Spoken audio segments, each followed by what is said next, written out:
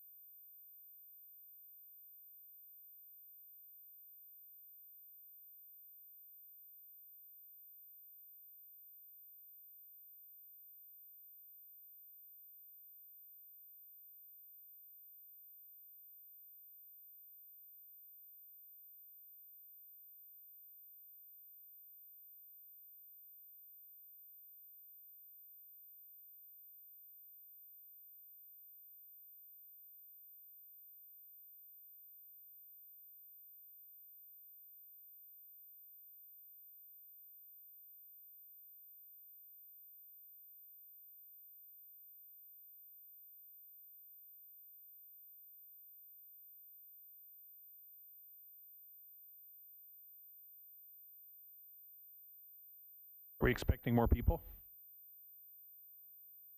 Okay. Is there a minimum needed for a quorum to? Okay. We should probably wait. What's a quorum? No, I'm kidding.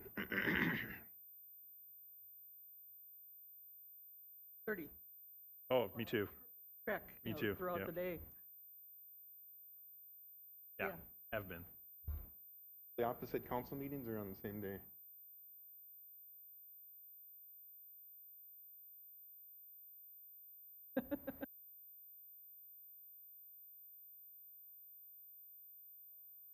Oh, sure, yeah.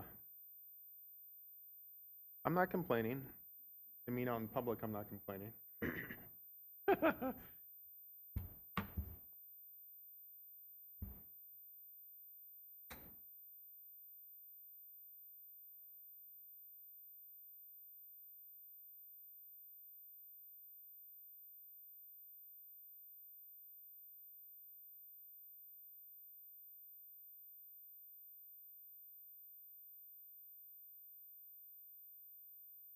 Yeah, we did a doodle poll, and I think it's in a week or two. I'm not quite sure how I'm going to vote. I've been getting a lot. I mean, this doesn't cross like a political spectrum. I've had like a lot of my liberal friends and a lot of my conservative friends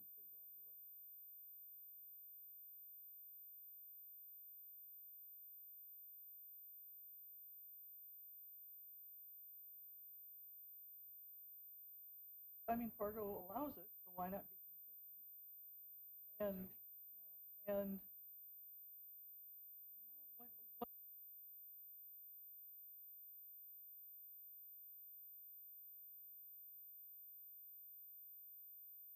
like it or not.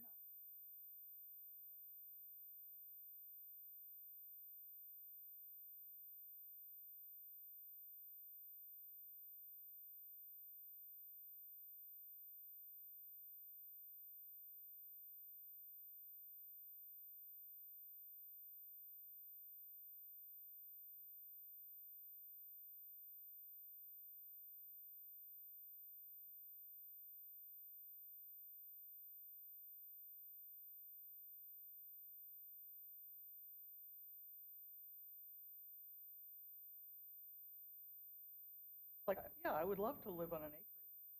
Realistically, as a single person, I can't afford anything with it.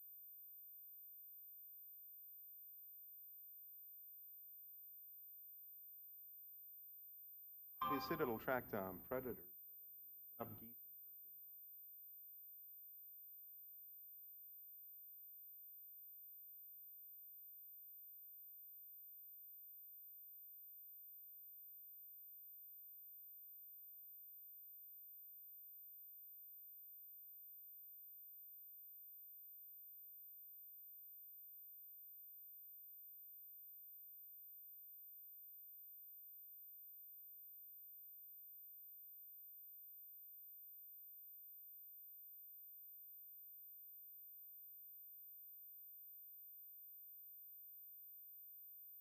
Why not? Time it gets brought up,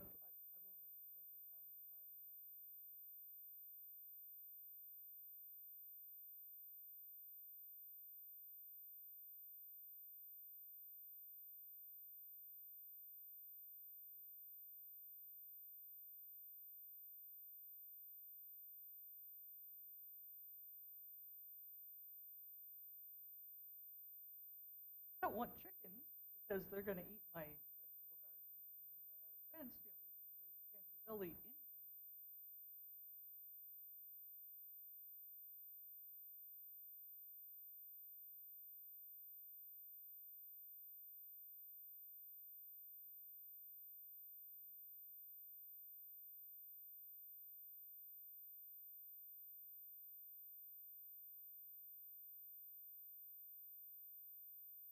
So, and then, I've been kind of asking questions.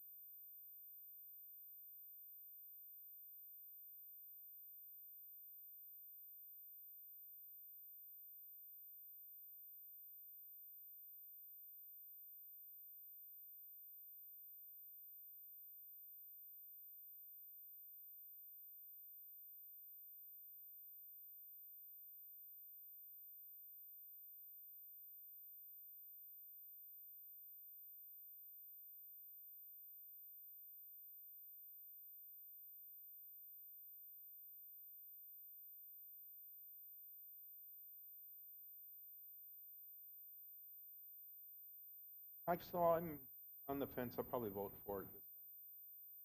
We're going to have a workshop, though, about chickens.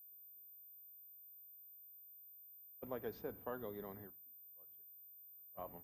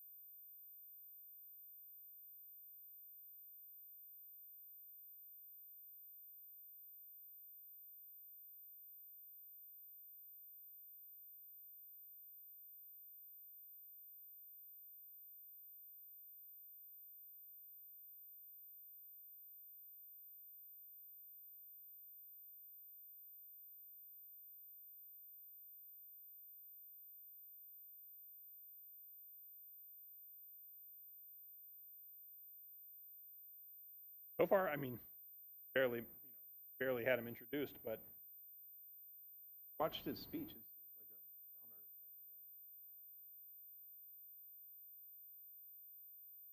type yeah, I mean, I'm excited about his experience in the Lutheran system. I'm also excited about the fact that Augustana has done some really impressive things recently to move them forward that we could maybe emulate or learn from. He's moving from provost to president, but still, he can bring that knowledge with him. Yeah. Yeah, I think he and Paul switched roles, or I'm not quite sure what happened. Paul Nessheim. Did you? Okay. Cool. Yeah, okay. Cool. Okay. Welcome. How are you? We have quorum. Should we begin? All right, we are ready to start. Okay. Well, welcome everybody. We'll call today's Art and Culture Commission meeting to order, and we're going to start with a roll call, which we hadn't done before that I know of. So, Brittany, can you remind us what we're supposed to do? Yep, I'll go ahead and I'll say the names and just let me know that you're here. Okay. Jonathan Rudder, Allison Coster, Dennis Krull, Timothy Wilzine, Nathaniel Dickey, Here. Paula Krogan, Here. Chuck Hendrickson. Here. Thank you. Thank you. Great. Well, we'll move to talk about the agenda. Any amendments or updates to the agenda today? On page 1 of our packets. Okay, hearing none, we'll move forward to approval of the minutes from last time and take this opportunity to thank Allison for chairing the last meeting. Looks like it was productive and short. All right.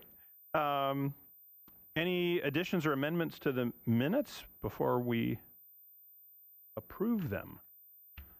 Okay, can I have a motion to approve the minutes? Second? Second. All in favor, please say aye. Aye. Aye. Opposed? Abstentions? Okay. Fantastic. Are there any citizens to be heard today? Does not appear so. All right. Moving along to our business for the day then. First order is to take a look at the 2022 Art and Culture Annual Report.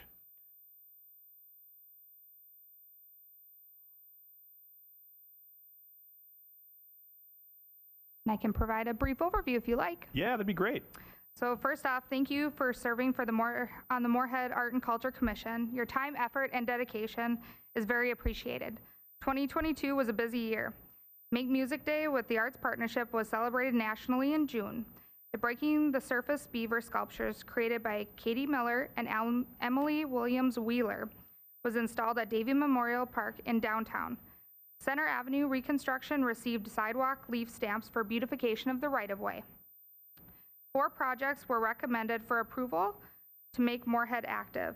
Downtown mural coming in 2023, Forest Friends wildlife sculptures to reemerge this spring, Sculpture Walk coming soon, and Mary's Light Tunnel, which is currently open to visitors. Calliope's Rainbow Sidewalk was recommended for approval.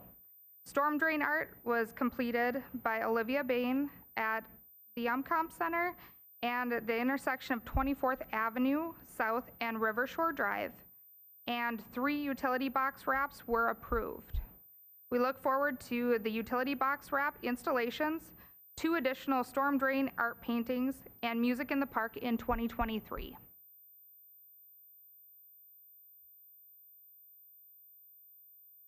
Fantastic, thank you. Further discussion, anybody? Well, you said that the wildlife sculptures are reappearing? That's exciting. Yep, they will be back this spring in Viking Ship Park. Cool. Mm-hmm. Yeah, that's wonderful. All that stuff. Fantastic. Other discussion? You look pretty impressive when you get it all on paper in one know, right? list, you know? Thanks especially to you, Brittany, and your staff for moving things forward. That's the lion's share of the work, it feels like a lot of the time. Do we need a motion to accept this, or this is just a discussion point? Just a discussion point. Okay. May I ask a question then? Sure. Being still relatively new to the commission, is there I mean, I'm assuming this is sort of the regular time to get an annual report. Is there beyond that, is there a timeline to a planning process, or do things just sort of come up as they come up and we act on them? So as things kind of come up, we will act on them. Sure. If there's anything specific that anybody wants to bring to us, Yep. they certainly can. But Right. yeah, usually we kind of go with Yep. as things come in. So Yeah. Mhm. And as far as funding goes, to the extent that we have funding, is that something the city allocates on a particular timeline, or does that tend to be project specific, or both? It depends on what like the project is, Okay. or if it's like a annual fund. Right. So yeah. Okay. Yeah. Just kind of rolling around in my head the idea of, certainly there are things on the plan already for the future, but if this body were to have a brainstorming session or something, when would be a good time? And maybe the answer is anytime. Anytime, yeah. Yeah. Mhm. Okay. And if there's something too that you want us to do a little research on, to provide some kind of points, kind of to start that conversation, we can do that. Yeah. Okay. Mhm. Well, I'd certainly be open to hearing from others on what you would recommend as far as that goes, or anything I have else. just a quick general question, Mr. Chair. Does the city fund this committee wholly, or is there like charitable contributions, or how's this committee funded? Yep. So there are funds that there's a fund that the art and culture can decide where those funds go, but we also can take donations as well for particular projects. Yep. Do you know how much the amount was last year, by off chance? I believe it's 5,000. Do you know what the budget calls for this year? I believe it's the same 5,000. Yep. As an annual allocation, Yes. and then beyond that would be grants or fundraising or Yep. something like that. Has it, With the sidewalk stamps on Center Avenue, that was a continuation of a previous sidewalk stamping that had been done. So that money was generated, I believe, by contributions from the community for that project. GoFundMe? Is it- I can't. I got just a couple more questions. You might not know the history, and I'm new to the committee. So, so has it been steadily at 5,000 for when, and I know Mayor Williams enacted this committee. Has it been 5,000 steady, or has it risen at all? I'd have to go back and look. Because I think we can do better than 5,000 for this committee, because it's an important part of Moorhead. And I'm in the arts committee, or arts culture in Moorhead too. So yeah, we need to work on that, I think, a little bit. So that's all I have. Thanks.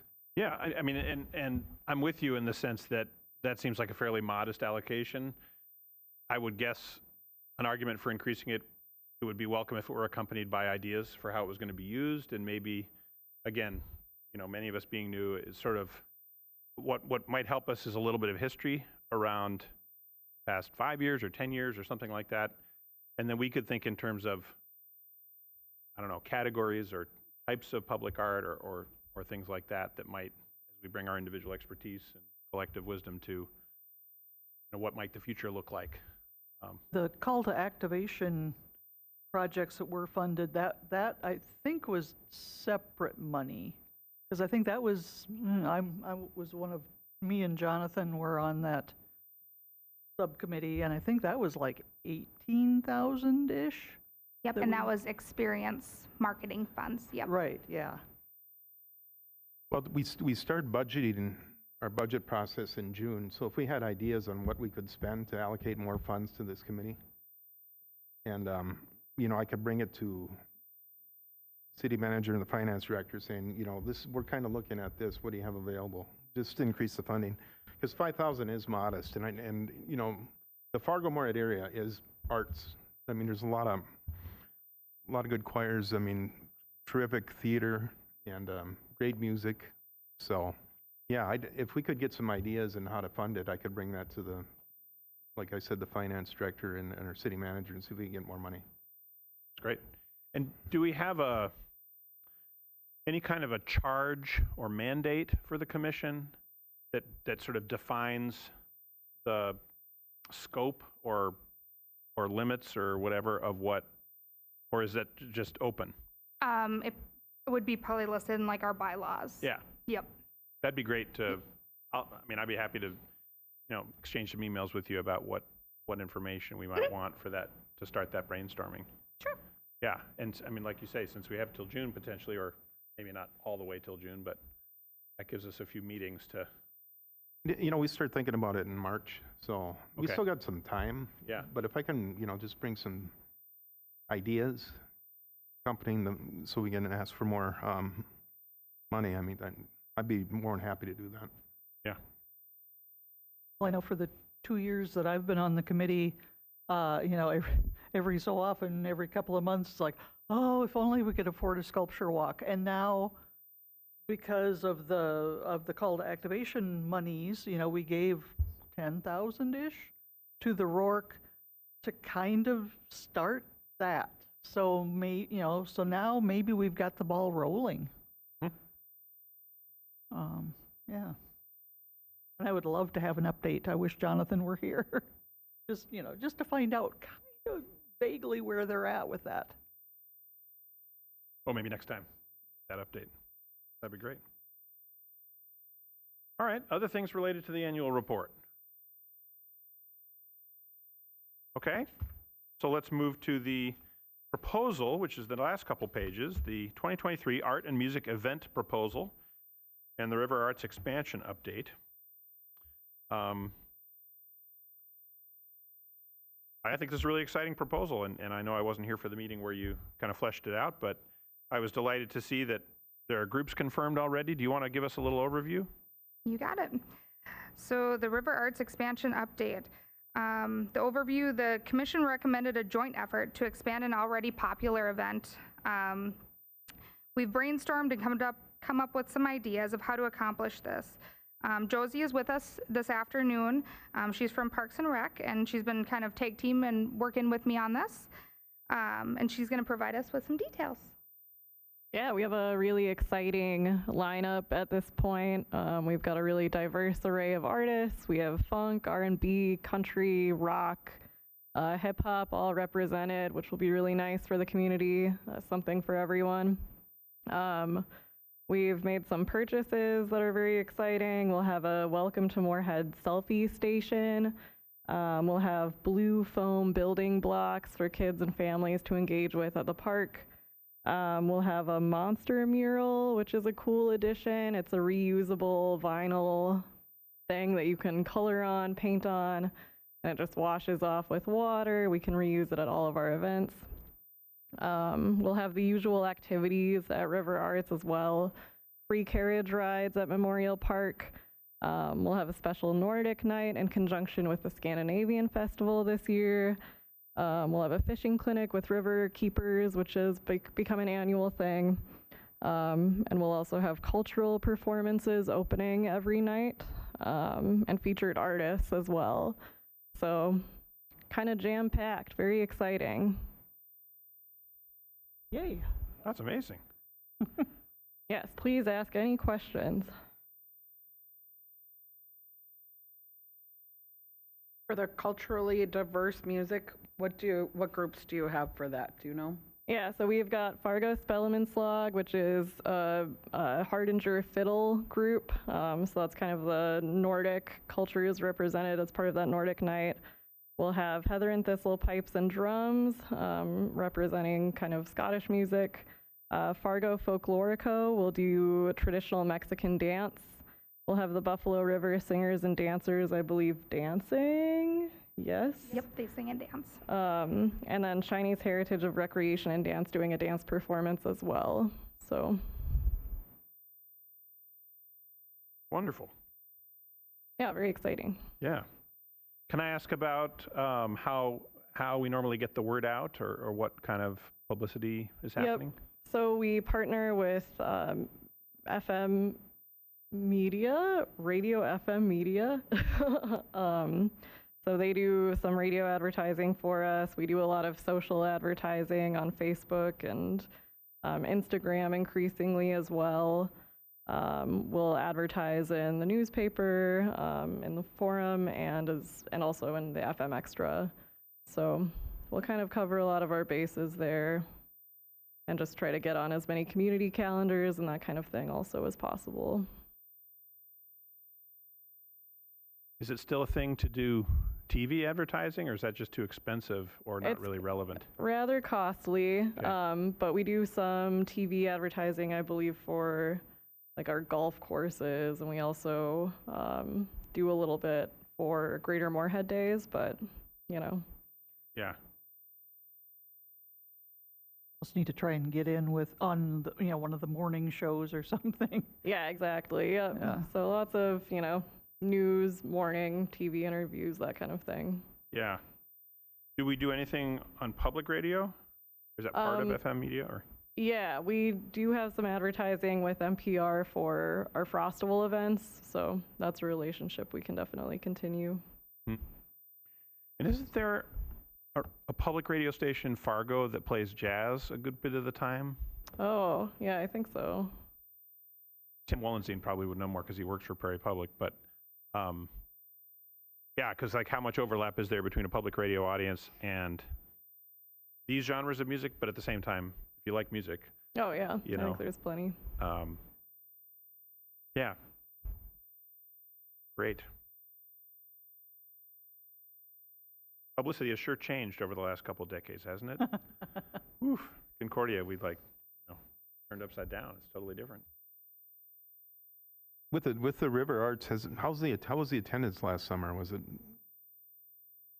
pretty regular? Was it more than the year before because of COVID, or was it?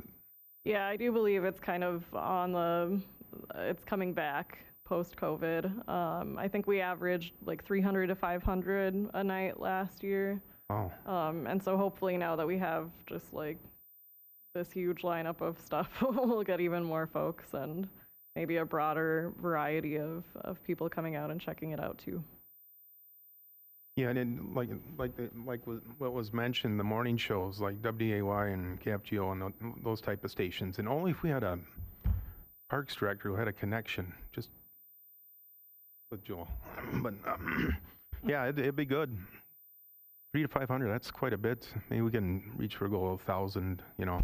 My kids love it. We had baseball last year, so we never got to go. But, you know, it's a really great program. And looks like you're headlining it, Nate, on the 13th, right? Oh, is that us? Okay. Yeah. I was wondering. Oh, there we go. There's the back page. Yeah, I guess I'll be there for that one.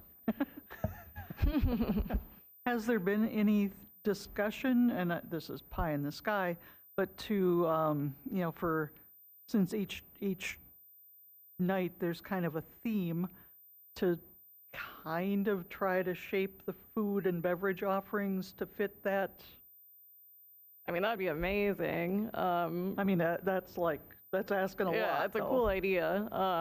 So currently our food provider is the Moorhead Midday Central Lions. So they do, hot dogs and brats and kind of standard grilling fare, but I'm definitely interested in ways to expand upon that, or even something as simple as offering veggie dogs, I think could be a nice touch.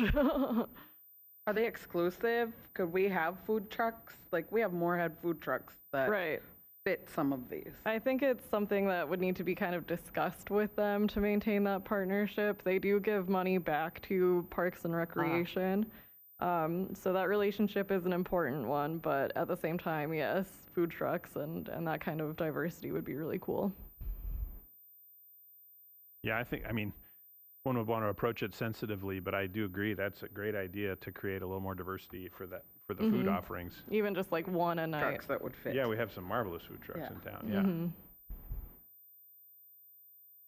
maybe it could be a shared thing or something. Did you with the car show, did you run into any dates at the same day as the car show on first? Moorhead Cruise Night. Cruise night, yeah. So that event is on Thursdays. It's on routinely. Thursdays, so- Yep. Okay. I should know that, I apologize. Yeah, I believe it's the first Thursday of every month in the summer. Can I ask how you decided which cultures you were going to represent? Did you talk to Moorhead schools and their cultural director, or the police, or? So we sent out a bunch of different emails to MSUM, Concordia, different groups even within our community, just to see if we could get anybody interested. And so we kind of took, whoever responded back to us. And so we tried to kind of get a good mix so that there was something different each Yeah, evening. I see there's something different. I just know, Yeah. our Somali population is large, Yeah. and our Nepali and Iraqi and Liberian, Congolese. Kurdish. Yeah, Kurdish is Iraqi, yep. So Right, I was just wondering, depending on who you talk to, whether they will engage or not. So, and that's kind of what I do. That's the populations I work with in West Fargo. So Cool. Do you have recommendations for groups or anything? yeah, I could help you reach out to. Yeah. Like this is a great start, Yeah. but just to add to it for like different cultures next summer or something. Yeah, absolutely. And then I don't know, like, is there any way to have the MAP bus run free route towards that direction? Because that's always a hard thing too. Some families can't afford to have vehicles, multiple vehicles. So for that one night, can they run a free? I don't know. I'm just asking. Such a great idea. Huh. Yeah, that'd be amazing. It's always a hindrance. Like, how do I get there? I know in West Fargo, anyway, the MAP bus is free when you have a library card all summer. So the kids get on with their families and they show their library card and you can go Wow. to the library. So I just, like, I Terrific. know MAP bus does things like that. So I guess it's just who you ask. I don't know any of those details. Yeah, we could certainly check on that. That would be Talking like- awesome to really make it a To get you to go Fargo, to the Moorhead, West library. Fargo And then we thing. could have some of these things near the Yeah. library. Yeah. Yeah. Are you talking like South Moorhead too, that area? Yeah, Yeah. well, so in West Fargo, anywhere in West Fargo, and it's a large, because it runs Harwood to Horace, and then across, if you show your library card, they'll, for free, take it to the library. Well, we have the Rourke down there, I just think that would be fantastic. My kids love riding the MAP bus. And then it just gets families out and connecting differently. Yeah, and it would bring more people from Mm-hmm. maybe farther afield Yeah. to this. And you can it'd walk be a from there to- win-win-win. Yeah. Like there, yeah, Hmm. just a thought.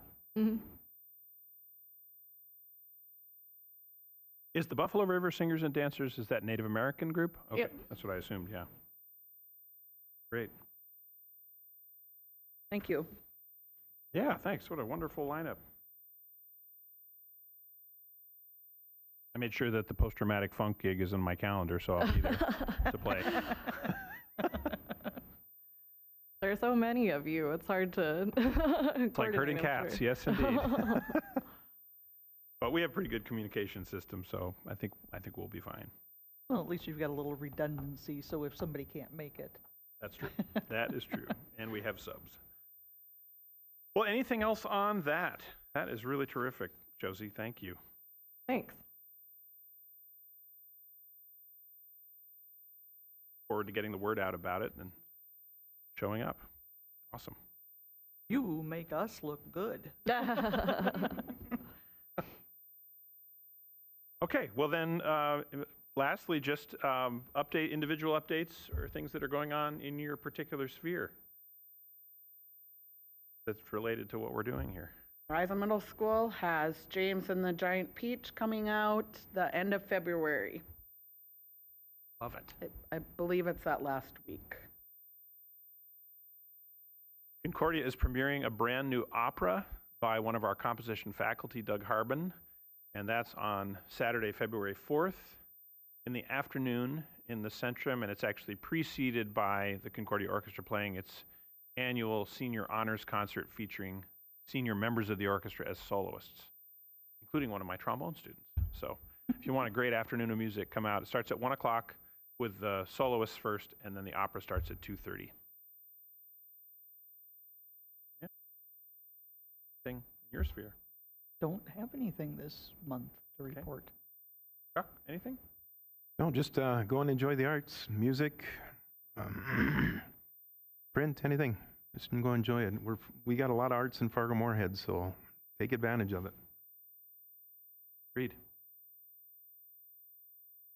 Anything else for the good of the order?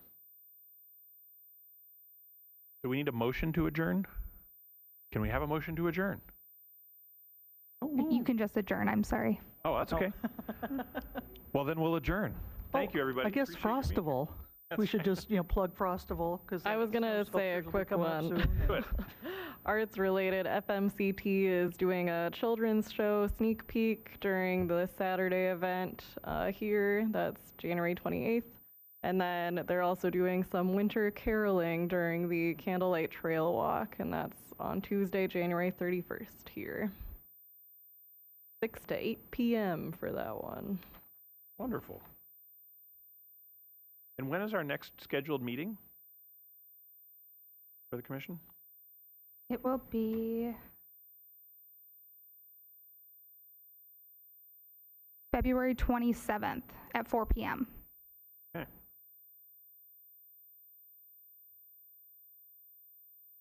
So we'll try to have a bit of an update then on some brainstorming around new funding initiatives and things like that.